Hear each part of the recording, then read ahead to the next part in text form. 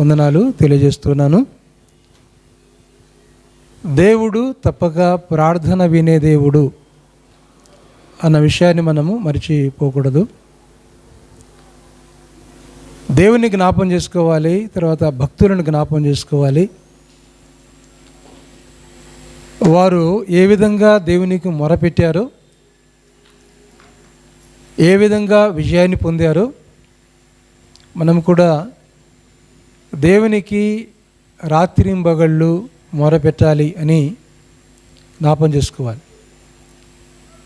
ఎవరైనా ఇక్కడ ఉన్నటువంటి వారిలో చెప్పండి, ఎక్కువగా ప్రార్థనలో గడిపి ఎక్కువగా ప్రార్థన చేసి దివారాత్రులు దేవునికి మొరపెట్టడం ద్వారా మేము ఆశీర్వాదం పొందలేదు అని ఎవరైనా చెప్పగలిగిన వారు ఉంటారా అంటే ఎవరు ఉండరు. ఎవరైతే దేవుని మీద ఆధారపడి 24 గంటలు ప్రార్థన చేస్తారో వారి ప్రార్థన దేవుడు తప్పనిసరిగా ఆయన వినే దేవుడు, తప్పనిసరిగా ఆయన వింటాడు. కాబట్టి చిన్న చిన్న ప్రార్థన మనం చేస్తూ ఉంటాం. అలా కాకుండా భారమైనటువంటి ప్రార్థన మనం చేయాలి. ప్రార్థన చేసి మనల్ని మనము పరిశుద్ధపరుచుకొని మన జీవితాన్ని కడుక్కొని ప్రభు సన్నిధానంలో ప్రార్థన చేస్తే ప్రభు గొప్ప కార్యాలు జరిగిస్తాడు. దేవుని వాక్యములో యోహాను సువార్త 14వ అధ్యాయము 12 నుంచి 14 వరకు ఉన్నటువంటి భాగాలను మనము చదువుకున్నట్లయితే ఇందులో చాలా విషయాలు వ్రాయబడ్డాయి.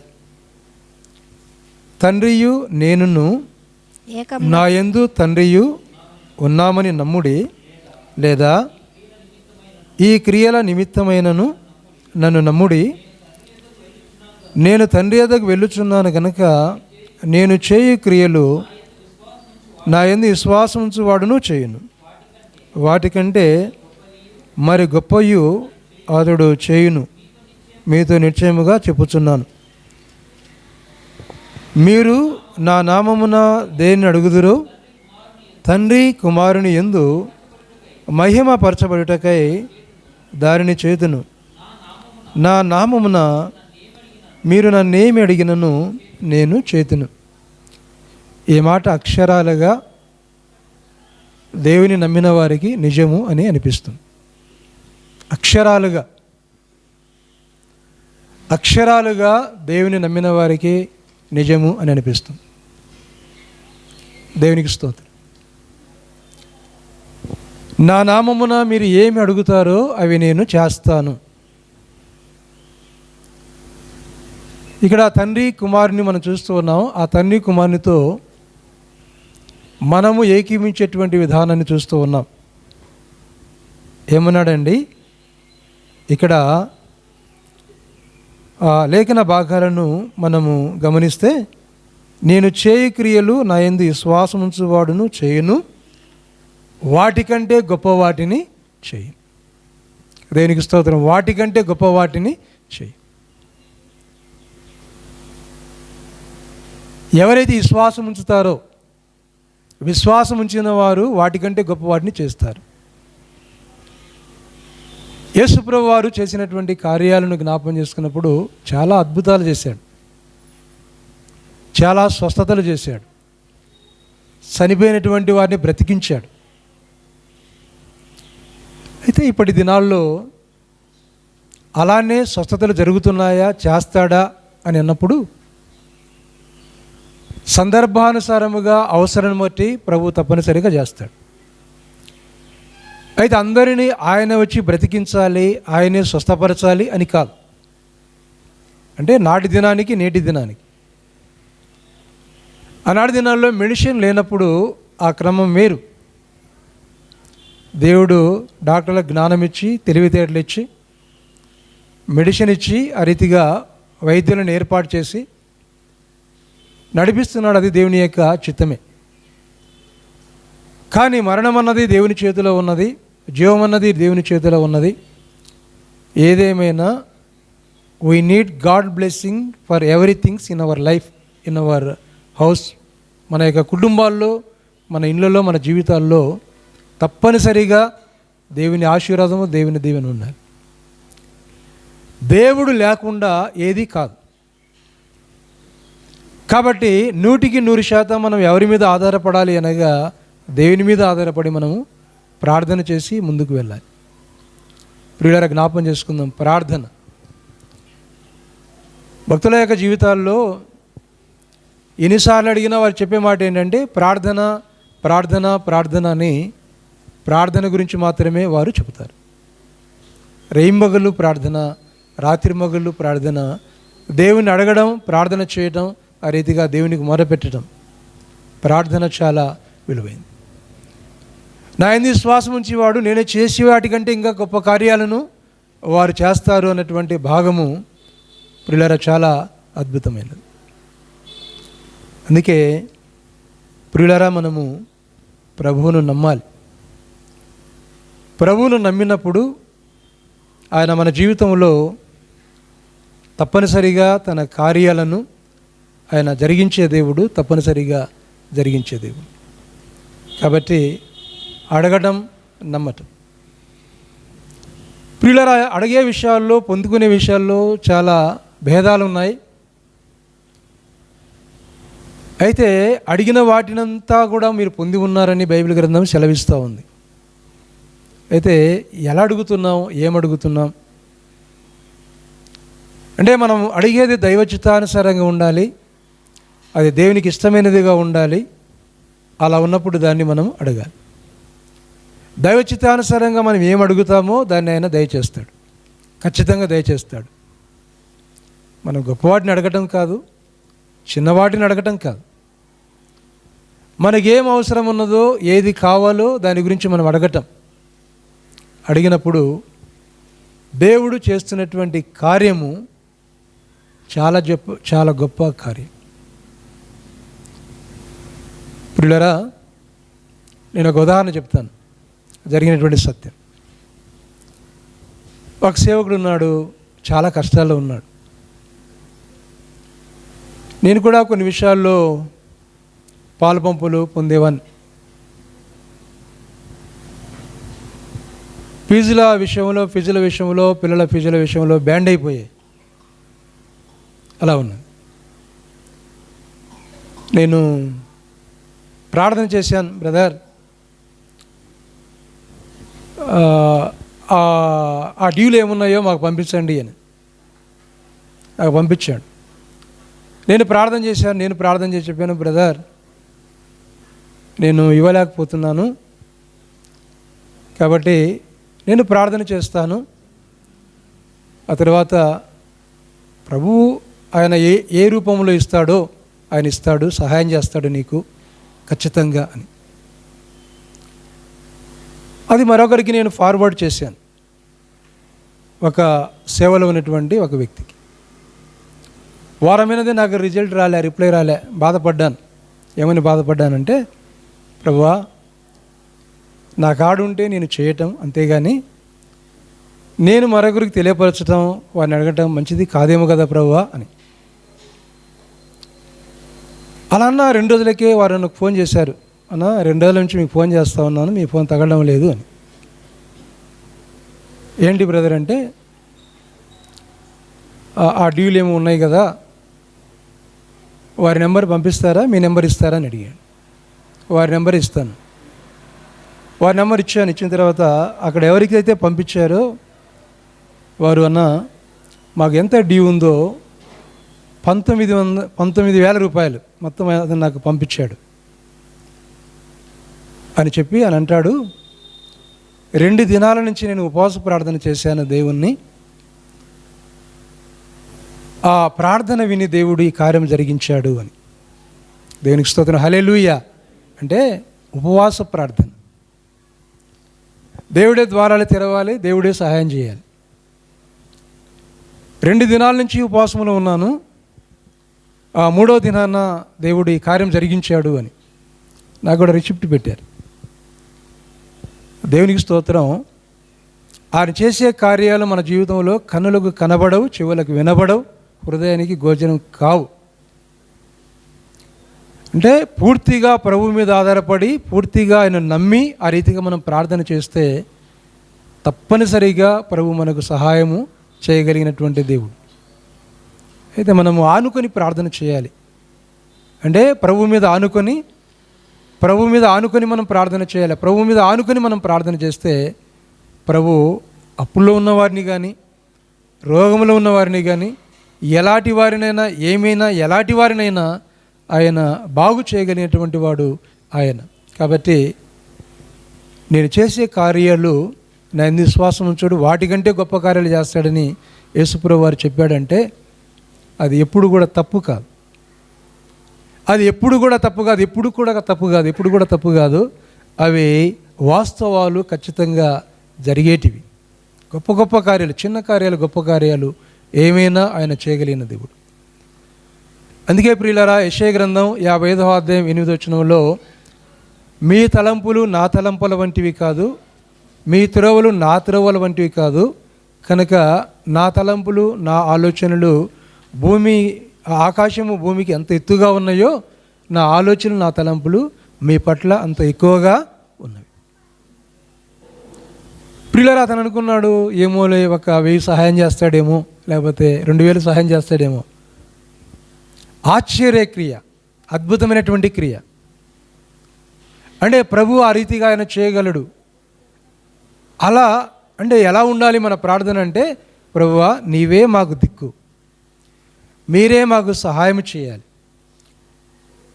విశ్వాసులుగా, దేవుని బిడ్డలముగా మనము సేవలో ఉన్నా, విశ్వాసులుగా ఉన్నా, ఉద్యోగాలు చేస్తున్నా, ఎలా ఉన్నా, ఎవరికి ఉండే పరిస్థితులు వాళ్ళకు ఉంటాయి, ఎవరికి ఉండే కష్టాలు వారికి ఉంటాయి.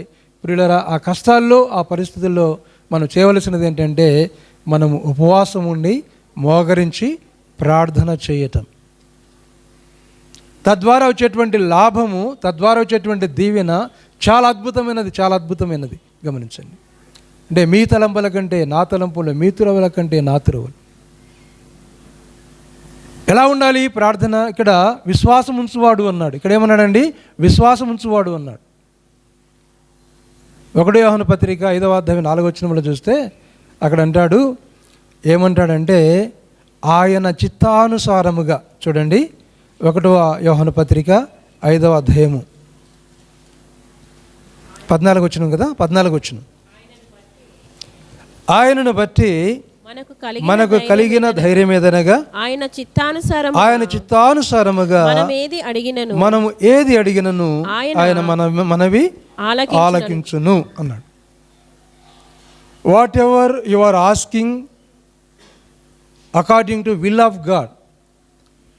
అంటే మనం దేవుని యొక్క చిత్తానుసారముగా మనం ఏమి అడిగినా కూడా అది ఆయన మనకు దయచేయి. మన తెలివితేటల మీద, మన జీతాల మీద, మన రాబడి మీద మనం ఆధారపడొద్దండి. ఇప్పుడు ప్రతి విషయంలో కూడా దేవుని మీద మనం ఆధారపడాలి. ప్రతి విషయంలో దేవుని మీద మనం ఆధారపడాలి. దైవ చిత్తానుసారముగా, అంటే ఆయన చిత్తానుసారముగా మనం ఏది అడిగినా అన్నాడు. ఏమన్నాడండి? ఏది అడిగినా అన్నాడు. ఆయన చిత్తానుసారముగా మనం ఏది అడిగినా కూడా ఆయన తప్పనిసరిగా మనకి ఇచ్చే దేవుడు. అంటే మనం అడిగేది ఎలా ఉండాలంటే దేవుని యొక్క ఆలోచనలకు, దేవుని యొక్క తలంపులకు మ్యాచ్ కావాలి. అవి మ్యాచ్ అయి ఉండాలంటే వీరికి అవసరం. నేను ఆ సేవకుని గురించి చెప్పాను, వారికి అవసరం. వారి ఒక 2 years నుంచి బ్యాలెన్స్గా అక్కడ ఉండిపోయింది. అలాంటి పరిస్థితిలో ఉన్నారు. అక్కడ అవసరం. ప్రియులరా, ఇంకా వాళ్ళు ఆ దేవుని మీద ఆధారపడాలి, దేవుని ద్వారా రావాలి. ఆయన పరిచయమైనటువంటి వ్యక్తి, దైవజనుడు, జ్ఞాపం చేసుకుందాం. ప్రియులరా, దైవ చిత్తానుసారముగా, ఆయన చిత్తానుసారముగా మనం ఏమి అడిగినా ఆయన ఇవ్వగలిగినటువంటి దేవుడు. అంటే మనకు ఏం అవసరమో ఆయనకు తెలుసు. ఎప్పుడు కూడా మనము లోకాన్ని చూసి మనం ఆశపడుతూ ఉంటాం. మా నాన్న అప్పుడప్పుడు అంటూ ఉంటాం, అందరు ఇల్లు కట్టించుకున్నారు, బ్రహ్మాండంగా ఉన్నారు, నీ తోటోళ్ళంతా నువ్వు ఇలా ఉన్నావు అని అప్పుడప్పుడు ఎగతాళి చేసి మాట్లాడుతూ ఉంటాడు. నా జీవన విధానం ఏంటంటే ప్రభువు నడిపించినట్టుగా నడవటము. ప్రభు ఎలా నడిపిస్తే, ఒక మాటలు చెప్పాలంటే ప్రభు ఎలా నడిపిస్తే అలా నడవడం అంతే.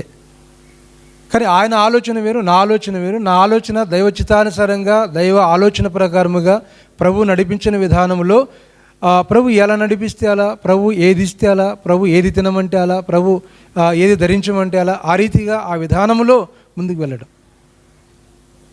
ప్రియులారా గమనించండి, అంటే మన జీవితంలో దైవచిత్తానుసారంగా నడుచుకోవటం అన్నది గొప్పది. ఎవరికో ఏమో ఉన్నాయని మనకు కావాలని కాదు, ఎవరికో గృహాలు ఉన్నాయని మనకు కావాలని కాదు, ఎవరికో కార్లు ఉన్నాయని మనకు కావాలని కాదు, ఎవరికో వెహికల్స్ ఉన్నాయని మనకు కావాలని కాదు. అలా మనం ఎప్పుడు ప్రార్థన చేయకూడదు. ఏం అవసరమో, దేవుడు ఏమిస్తాడో, ఏం అవసరమో, ఎప్పుడు ఏం అవసరమో. కొందరికి అన్నీ ఉంటాయి, నెమ్మది ఉండదు. కొందరికి అన్నీ ఉంటాయి, ఆరోగ్యం ఉండదు. కొందరికి అన్నీ ఉంటాయి, సమృద్ధి తినడానికి ఉండదు. ప్రియులారా, దేవుడు నీకు ఇచ్చిన దానిలో ఆయన సమాధానము, బైబిల్ గ్రంథంలో ప్రసంగి గ్రంథంలో ఒక మాట ఉంటుంది. అంటే దేవుని దృష్టికి మంచిగా ఉన్నవారికి దేవుడు ఆయుస్సును ఆరోగ్యం అంటాడు. తర్వాత పేదల గురించి మాట్లాడుతూ, పేదలు కొద్దిగా ఉన్నను ఎక్కువగా ఉన్నను వారు సుఖనిద్ర పోయేదరు. కష్టజీవులు కొద్దిగా తినను ఎక్కువగా తినను సుఖనిద్ర నందుడు. దేవునికి స్తోత్రం. గమనించండి, కష్టజీవులు కొద్దిగా తిన్నను ఎక్కువగా తిన్నను సుఖనిద్ర పోయేది. ప్రియులారా, అది మనం నేర్చుకోవాలి. అంటే మన జీవితంలో అలాంటి అనుభవం మనం కలిగి ఉండాలి, అలాంటి ప్రార్థన మనం కలిగి ఉండాలి. దేవుడిచ్చిన దానిలో తృప్తి పడాలి, సమాధాన పడాలి, అంతే. ఎప్పుడు కూడా మనకంటే పైగా ఉన్న వాటిని మనం కోరుకోకూడదు, అది కావాలని మనం కోరుకోకూడదు, ఆ విధంగా కోరుకోకూడదు. చూడండి ప్రియులారా, జ్ఞాపం చేసుకుందాం దేవుని వాక్యాన్ని. దైవచిత్తానుసారముగా మనం ఏది అడిగినా కూడా ఆయన ఏం చేసేవాడంటే, అంటే నీ జీవితంలో, నా జీవితంలో ఆయన శ్రేష్టమైనటువంటి వాటిని ఇవ్వగలిగిన దేవుడు, మంచి వాటిని ఆలోచన చేసి ఇవ్వగలిగిన దేవుడు. మంచి వాటిని అండి, చెడ్డ వాటిని కాదు. ఆయన ఇచ్చేది ఎలా ఉన్నాయంటే మంచి వాటిని చూడండి. ప్రభు అన్నాడు మత్తయి సువార్త 7వ అధ్యాయంలో 7-8 వచనాల్లో ఆ భాగాలు చూస్తే అంటాడు, అక్కడ రొట్టెని అడిగితే రాతినిచ్చునా అని అంటాడు. 2 మాటలు ఉన్నాయి చూడండి. 7వ అధ్యాయం 8వ వచనం చూడండి. 7వ అధ్యాయం 8వ వచనం నుంచి అక్కడ ప్రభు చెప్పినటువంటి మాట, మీలో ఏ మనుష్యుడైనను తన కుమారుడు రొట్టెని అడిగిన ఎడల రాతినిచ్చునా, చేపని అడిగిన ఎడల పామునిచ్చునా? మీరు చెడ్డవారయుండి మీ బిడ్డలకు మంచి ఇవ్వాలని ఈయన ఎరిగి ఉండగా పరలోకమందున్న మీ దేవుడు తన్ను అడుగు వారికి అంతకంటే శ్రేష్టమైన వాటిని.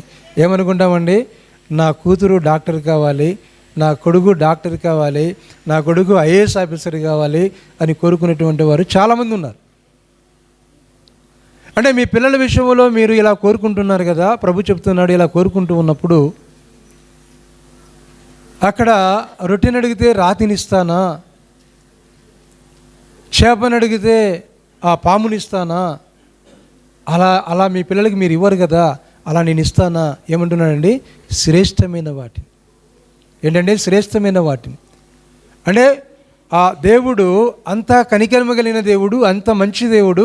అలాంటి దేవుడు మనకిచ్చే దేవుడు, అంత గొప్ప దేవుడు. చూడండి, ఆరోగ్యాన్ని అడిగితే ఇచ్చే దేవుడు, అనుదిన ఆహారం అడిగితే ఇచ్చే దేవుడు, ఆయుస్సును అడిగితే ఇచ్చే దేవుడు. నిజమండి, బైబిల్లో ఇలాంటివి ఉన్నాయి.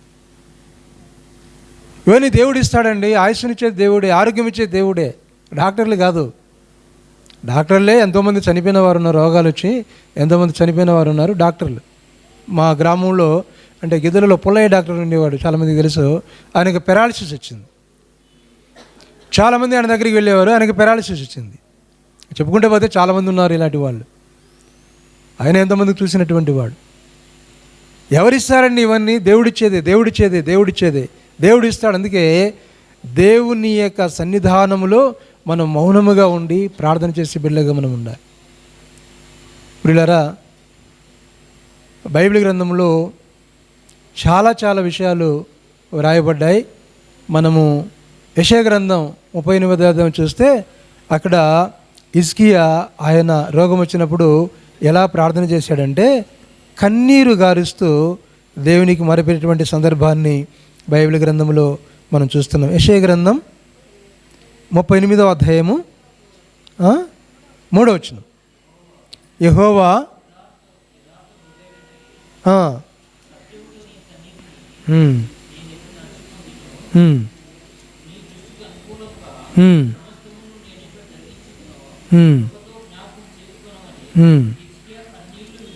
హిజ్కియా కన్నీళ్లు విడుచుచు ఏంటండి, ఎలానండి? కన్నీళ్లు విడుచుచు యెహోవాను ప్రార్థన చేయగా. కొన్ని పరిస్థితుల్లో అంటే అలానే క్యాన్సర్ వచ్చినటువంటి వారు ఉన్నారండి, కడుపు నొప్పి అపెండిక్స్ వచ్చినటువంటి వారు ఉన్నారు. పేదవారు వారి విషయంలో వారు ఎక్కడికి హాస్పిటల్కి వెళ్ళలే, ఏ డాక్టర్ను దర్శించలే. వాళ్ళు అంటే వారికి ఎందుకు వెళ్ళలేదంటే వారి దగ్గర డబ్బు లేక వెళ్ళలేదు. పూర్తిగా ప్రభు మీద ఆధారపడినటువంటి వారు, వారి వ్యాధి బాగైనటువంటి సందర్భాలు ఉన్నాయి. పేర్లు చెప్పను, వ్యాధి బాగైనటువంటి సందర్భాలు ఉన్నాయి. బాగైపోయారు పసిబిడ్డలాగా అయిపోయారు. చూడండి, కన్నీళ్లు విడుచుచు అడిగాడు ప్రార్థన, దేవుని అడిగాడు. ఎలా అడిగాడు అంటే ఆ ప్రార్థన ఎలా ఉందంటే కన్నీళ్లు విడుస్తూ దేవుని అడిగాడు. కన్నీళ్లు విడుస్తూ ప్రభువా ప్రభువా అని కన్నీళ్లు విడుస్తూ అడిగాడు. దేవుడు సహాయం చేశాడు. జ్ఞాపకం చేసుకో. కన్నీటి ప్రార్థన. కీర్తన గ్రంథం 56వ అధ్యాయం 8వ వచనంలో మీ కన్నీళ్ళు నా బుడ్డిలో ఉంచబడి ఉన్నాయి అంటే అవి ఎక్కడికి వెళ్ళలేదు. ఆ కన్నీళ్ళు ఎక్కడికి వెళ్ళలేదు, అవి ఉంచబడి ఉన్నాయి. ఎక్కడికి వెళ్ళలేదు, అవి ఉంచబడి ఉన్నాయి. చూడండి, అవి ఉంచబడి ఉన్నాయి, ఎక్కడికి వెళ్ళలేదండి, ఎక్కడికి వెళ్ళలేదు, ఉంచబడి ఉన్నాయి. జ్ఞాపకం చేసుకుందాం, మీ కన్నీళ్ళు నా బుడ్డిలో ఉంచబడి ఉన్నాయి అంటాడు ప్రభు. ఎప్పుడైనా అలా మోకరించి ప్రార్థన చేసావా? ఎప్పుడైనా కన్నీరు కార్చి ప్రార్థన చేసావా? ఎప్పుడైనా ప్రభువా నీవే దిక్కని ప్రార్థన చేసావా? అనగా నీ ఆరోగ్యం బాగలేనప్పుడు, తర్వాత నీకు అప్పులు ఉన్నప్పుడు, నువ్వు సమస్యలో ఉన్నప్పుడు, ఈ విధంగా ఎప్పుడైనా అలా మోకరించి ఒక 24 hours ఉపవాసం ఉండి ఎప్పుడైనా ప్రార్థన చేసావా? అన్నపానములు మానేసి నువ్వు ప్రార్థన చేసావా? గమనించు. లూకా సువార్త 18వ అధ్యాయంలో దివారాత్రములు నాకు మొరపెట్టి వారి ప్రార్థన నేను వింటాను. అంటే నా బిడ్డలు నాకు దివారాత్రులు మొరపెడితే వారి ప్రార్థన నేను వింటాను. మన పిల్లలు ఉన్నారు, యవనస్తులు, వారి ఉద్యోగాల కోసం మనం ప్రార్థన చేయాలి. యవన బిడ్డలు పెళ్ళిళ్ళు కానటువంటి వారు ఉన్నారు, వారి కొరకు మనం ఉపవాసం ఉండి ప్రార్థన చేయాలి. ఏదైనా మనం ఉపవాసం ఉండి ప్రార్థన చేయాలి, ఉపవాసం ఉండి ప్రార్థన చేయాలి. చూడండి, దైవసేవకుడు చేయటమే కాదు, మనము ప్రార్థన చేసుకోవాలా. దైవసేవకుడు చేసేది చెయ్యాలి, మంచిదే. వారి ఆశీర్వాదాలు మనకు కావాలి, మంచిదే. కానీ మనము వ్యక్తిగతముగా మన సమస్యలు ప్రభువుకు చెప్పుకుంటూ చేయటం అన్నది అద్భుతమైనది. ఇంకొక మాట చెప్పనా, కొన్ని సందర్భాల్లో గట్టిగా ప్రార్థన చేస్తే దేవుడు వింటాడు అని అనుకుంటా. కొంతమంది ఆత్మ వచ్చిందని ప్రార్థన చేస్తే దేవుడు వింటాడు అనుకుంటా. అంటే నెమ్మదిగా ప్రార్థన చేస్తే దేవుడు వినడా? ప్రియులరా, నువ్వు గట్టిగా చేస్తున్నావో, ఇంగ్లీషులో చేస్తున్నావో, ఇంకొక భాషలో చేస్తున్నావో, ఏ భాషలో చేస్తున్నావో, చిన్నగా చేస్తున్నావో, ఎలా చేస్తున్నావో, అయితే అది భారముతో కూడుకున్నటువంటి ప్రార్థన అయి ఉండాలి. అది భారముతో కూడుకున్నటువంటి ప్రార్థన అయి ఉండాలి, కన్నీటితో కూడుకున్నటువంటి ప్రార్థన అయి ఉండాలి, వేదనతో కూడుకున్నటువంటి ప్రార్థన అయి ఉండాలి. ఎబేజు ఏం చేశాడండి? దేవునికి మొరపెట్టాడు. ఎబేజు గురించి దినవృత్తాంతంలో ఉంటుంది. ఆయన దేవునికి మొరపెడితే ఆయనను దేవుడు ఎలా దీవించాడంటే తన సహోదరులందరికంటే దేవుడు ఆయనను ఎక్కువగా దీవించాడు. యాకోబు కాదు, ఎబేజు. తీసినట్టుందమ్మా. మొదటి దినవృత్తాంతములు 4వ అధ్యాయము 9వ వచనం. 9-10 చదవండి. ఎబేజు తన సహోదరుల కంటే ఘనము పొందినవాడి ఉండెను, వేదన పడి ఇతని కంటినని అతని తల్లి అతనికి ఎబేజు అని పేరు పెట్టాను. చూడండి, ఎబేజు ఇశ్రాయేలు దేవుని గురించి మొరపెట్టి నీవు నన్ను నిశ్చయముగా ఆశీర్వాదించి నా సరిహద్దును విశాలపరిచి నీ చేయి నాకు తోడుగా ఉండినట్లయితే దయచేసి నాకు కీడు రాకుండా నన్ను తప్పించుమని ప్రార్థింపగా దేవుడు అతని మనవి చేసిన విధంగా అతని అంటే సహోదరులందరికంటే ఎలా ఉన్నాడండి, ఆస్తి సహోదరుల్లో పంచుకుంటూ ఉంటారు. కానీ ఇలా ఉన్నాడండి. ఎలా ఉన్నాడు ఈయన అంటే మనం చూస్తూ ఉన్నాం, ఆయన తన సహోదరులకు అందరికంటే హెచ్చైనవాడు, గొప్పవాడయ్యాడు. కారణము అది మనుషులు ఇచ్చింది కాదు, లేకపోతే దొంగిలించింది కాదు, రాజకీయం చేసింది కాదు. అతనిని దేవుడు దీవించను. కొంతమంది గొప్ప వ్యక్తులు ఉన్నారండి, ప్రభువుని ఎరగని వారు కూడా. నేను మొన్న ఒక వీడియో విన్నాను, మంతెన సత్యనారాయణ గారు వారిని చంద్రబాబు నాయుడు గారు పిలిచి మిమ్మల్ని సలహాదారుగా, ప్రకృతి వైద్య సలహాదారులుగా నేను పెట్టుకుంటాను అని అంటే ఆయన ఇచ్చినటువంటి స్టేట్మెంట్ అద్భుతమైన స్టేట్మెంట్ ఇచ్చాడు. మీరు వినింటారు, మా తల్లిదండ్రుల సెంటు స్థలం కూడా నేను తీసుకోలేదు, తర్వాత ఇప్పటి వరకు గవర్నమెంట్ యొక్క ఆస్తి నేను తీసుకోలేదు, రూపాయి తీసుకోలేదు, తర్వాత నాకు ఏటీఎం కార్డు లేదు, నాకు పాన్ కార్డు లేదు, నాకు ఆధార్ కార్డు లేదని చెప్పాడు. ఇప్పటికి మొన్ననే కొన్ని విషయాలు మాట్లాడుతూ మీరు ఇచ్చేటువంటి ఫండ్స్ అంటే ట్రావెలింగ్స్, అలవెన్స్లు ఇట్లాంటివి నాకేం వద్దండి అని కొన్ని విషయాలు చెప్పాడు. అంటే కొంతమంది అలాంటి వారు నీతిపరులు కొంతమంది ఉన్నారు. పిల్లల జ్ఞాపం చేసుకుందాం. ఎందుకు చెప్తున్నాననగా ఏదైనా దేవుడు దీవించేది. అందుకే నేను కొంతమంది తల్లిదండ్రులకు చెప్తూ ఉంటాను, మీ పిల్లలను చదివించండి కానీ మీ పిల్లలకు ఆస్తిని మాత్రం సమకూర్చొద్దు అని. చదివించాలి, తెలివితేటలు వచ్చేలాగా చేయాలి. సంపాదించుకోవడం వారి చేతిలో ఉంది, అది మనం చేయవలసినటువంటి పని. వారికి మనం సంపాదించి పెడితే వారు చెడిపోతారు, గుర్తుపెట్టుకోండి. ఎవరు దీవించాలంటే దేవుడు దీవించాలి. యాకోబు ఒంటరిగా ఉన్నప్పుడు ఎవరు దీవించారనగా దేవుడు యాకోబును దీవించినటువంటి సందర్భాలు బైబిల్ గ్రంథంలో కోకొలులుగా మనం చూస్తామండి. ఒంటరిగా ఉన్నాడు, తినడానికి తిండి లేదు, కట్టుకోవడానికి బట్ట లేదు. అలాంటి పరిస్థితుల్లో యాకోబు ఉన్నప్పుడు దేవుడు యాకోబును దర్శించి ఆయన ఆశీర్వదించినటువంటి క్రమాన్ని బైబిల్ గ్రంథంలో మనం చూస్తూ ఉన్నాం. ప్రియులారా, ఎంత గొప్ప దేవుడు. కన్నీటి ప్రార్థన అన్నాను కదా, కన్నీటి ప్రార్థన. రెండవదిగా ఎట్లుండాలి మన ప్రార్థన అంటే అక్కడ 1 కొరింథీ 14వ అధ్యాయంలో అక్కడ కొన్ని విషయాలు ఆత్మతో సత్యముతో అని అంటాడు 14వ వచనంలో. తర్వాత ఇక్కడ రోమీయులకు రాసిన పత్రిక 8వ అధ్యాయంలో అక్కడ 26వ వచనం అనుకుంటా ఆ భాగంలో అంటే తానే మన పక్షమున ఆయన ఉండి మూలుగలతో విజ్ఞాపన ప్రార్థన ఆయన చేయను. ఎలానంట? విజ్ఞాపన ప్రార్థన. ప్రియులరా, 24 గంటలు ఉన్నాయంటే కొన్ని గంటలండి ఆయనలో ఉండి ప్రార్థన చేయాలండి. కొన్ని గంటలు మోకరించి ప్రార్థన చేయాలి. అది అద్భుతమైన క్రియ. మీరు చేసి చూడండి ఆ కార్యాలు. అంటే మనకు వచ్చినటువంటి కష్టాలలో ఆ విధంగా ప్రార్థన చేస్తే గొప్ప అనుభవాన్ని మనం పొందుతాం. యేసుప్రభువు వారి శిలువ మరణాన్ని విజయాన్ని పొందడానికి కారణం ఏమిటి అనగా ఆయన ప్రార్థన చేస్తే చెమట రక్తముగా మారినది. చెమట రక్తముగా అంటే చెమట కారిపోయింది, రక్తం కూడా వచ్చింది. అలాంటి ప్రార్థన అయిన ప్రార్థన. దేవునికి స్తోత్రం. ముగిస్తూ ఉన్నాను. ప్రియులారా, సమయం ఏంది కాబట్టి దేవుని వాక్యాన్ని జ్ఞాపం చేసుకుందాం. నా యందు విశ్వాసం ఉంచువాడు నేను చేసే వాటికంటే ఇంకా గొప్ప కార్యములు చేయదు. కనుక ఎట్టి పరిస్థితుల్లోనైనా ఏ విషయంలోనైనా మనము దేవుని మీద ఆధారపడి, మన జీతాల మీద కూడా మనం ఆధారపడద్దండి, దేవుని మీద ఆధారపడి. భక్ష్యంగా ఒక మాట అన్నాడు ఈ మధ్య, నేను ఒక బుక్లో చదివాను. ఏమన్నానంటే మన అక్కరలు మనకు దేవునికి మాత్రమే తెలిసి ఉండాలి అన్నాడు. దేవునికి స్తోత్రం, హల్లెలూయా. ఏమన్నాడని? మన అక్కరలు మనకు దేవునికి మాత్రమే తెలిసి ఉండాలి అన్నాడు. నేను ఒకరితో మాట్లాడినప్పుడు ఆయన అన్నాడు, వాళ్ళు చాలా గొప్ప భక్తిపరులండి, మనం అంతటి వాళ్ళం కాదు కదా అని. మనకు కూడా అలాంటి అనుభవాలు కావాలి. అనుభవాలు కావాలంటే మనకు కూడా అలాంటి ప్రార్థనా జీవితం మనము కలిగి ఉండాలి. యేసుప్రభువు వారన్నీ మనకు నేర్పించాడు. దేవునికి స్తోత్రం. ప్రేమ కలిగిన దేవా, పరిశుద్ధుడా, మీ ఘనమైన పరిశుద్ధమైన పాదములకునైనా వందనాలు, స్తోత్రాలు. ప్రభా, ఈ సమయంలో మీరు మాకు దయచేసినటువంటి వాక్య భాగాన్ని బట్టి స్తోత్రాలు.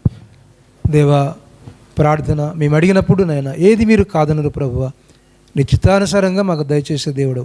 దాన్ని బట్టి స్తోత్రం చెల్లిస్తూ మీరే మహిమ పొందుమని వాక్యమైన ప్రతి బిడ్డ నేను నేర్చుకుని ప్రభువా నీ మహిమార్థమే జీవించే కృప దయచేయమని యేసు నామమున ప్రార్థించి వేడుకొనుచున్నాము తండ్రి, ఆమేన్. దేవునికి స్తోత్రం, హల్లెలూయా.